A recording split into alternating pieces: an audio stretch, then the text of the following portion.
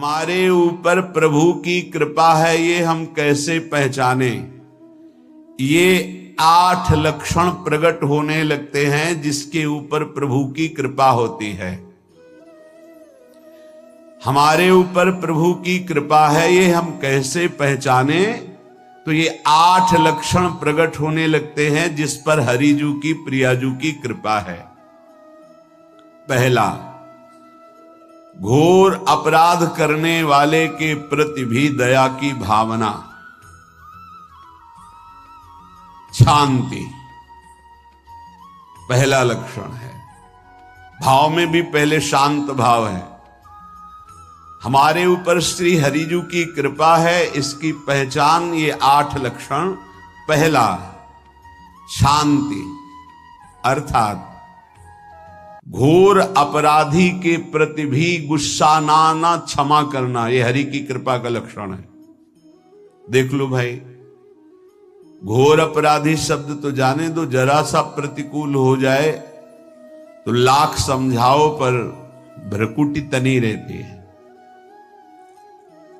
भला ऐसा है? अपराधी पर भी क्षमा का भाव होना, ये हरि कृपा पात्र में ही होगा, अन्य में नहीं। तो अगर अपने हृदय में ऐसा लगे कि ऐसा नहीं है तो हरिजू से प्रार्थना करनी चाहिए कि कृपा करो, मेरे में सामर्थ्य आवे। दूसरा, अनुसूया, वो किसी भी के प्रति कभी भी कोई दोष दर्शन ही नहीं करेगा। दोष कथन, दोष श्रवण की तो बात जाने दो। अनुसूया, दूसरों के गुणों में दोष ढूंढना, ये नहीं होता। हरि कृपा पात्र में ये नहीं होता। ये सब भजन के नाश करने वाले, जैसे पहला अपराधी पर क्रोध कर देना, तो माया ने भेजा इसीलिए था कि तुम्हारे साथ व्यवहार ऐसा करे कि तुम क्रोध करो। क्रोध करोगे तुम्हारी ऊर्जा शक्ति नष्ट हो जाएगी, अध्यात्म में जो चलने की थी। और कहीं तुमने संकल्प कर लिया तो भजन शक्ति नष्ट हो जाएगी। तो अगर भजन बल है तो गया, जरूर उसको दंड मिलेगा, पक्का मिलेगा, 100% मिलेगा, लेकिन आप खाली हो गए। ना भजन करने की वृत्ति रहेगी और ना भजन रहेगा, दोनों बात। अनुसूया, किसी के सद्गुणों में दोष देखना, गुणों में दोष ढूंढना, ये हरि कृपा पात्र में नहीं होता। ये बहुत मंगलमयी बातें हैं जिससे हमारा भजन मार्ग पुष्ट होता है। तीसरा, वो बाहर से और भीतर से पवित्र रहता है, हरि कृपा पात्र। शौचाचार का ज्ञान होना चाहिए, वस्त्र आपके पवित्र होने चाहिए, ये बाहरी जल रज आदि के द्वारा बाहरी पवित्रता। और निष्कपटता, निश्चलता, सत्य भाव, ये अंदर की पवित्रता है। अगर कपट है, छल है, असत्य है तो हृदय मलिन रहता है। भीतर और बाहर से पवित्र रहना, इसमें खास बात क्या है? भीतर और बाहर से पवित्र रहने में, भीतर और बाहर से सदैव पवित्र कौन रह सकता है? तो बोले जो पुंडरीकाक्ष भगवान श्री हरि का, प्रियाजू का स्मरण करता रहता है, वो शवायाभ्यंतर शुचि, वो बाह्य और अभ्यंतर दोनों से पावन रहता है।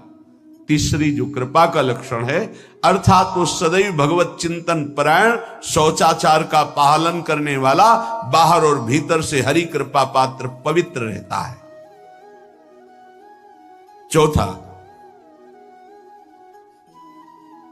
ऐसे कार्यों का अनुष्ठान न करे जिनमें हमारा भजन छूटता है, जिनमें सत्य छूटता है, जिनमें भगवत भाव छूटता है। जैसे आपके ऊपर कृपा हुई, आप भगवत मार्ग में चल रहे हैं, अब आप ऐसे संसारिक कार्यों का अनुष्ठान कर रहे हैं जिनमें आपकी चित्तवृत्ति बिल्कुल भगवत विमुख हो रही, तो जीवन का लाभ क्या होगा? लाभ तो है भगवत स्मरण सहित। कल एक ने प्रश्न किया कि मैं खाता तो नहीं हूं लेकिन मांस के दुकान में मांस बेचता हूं, होटल आदमी, क्या उचित है? ये उचित कैसे हो सकता है? तुम और भी तो व्यापार कर सकते हो।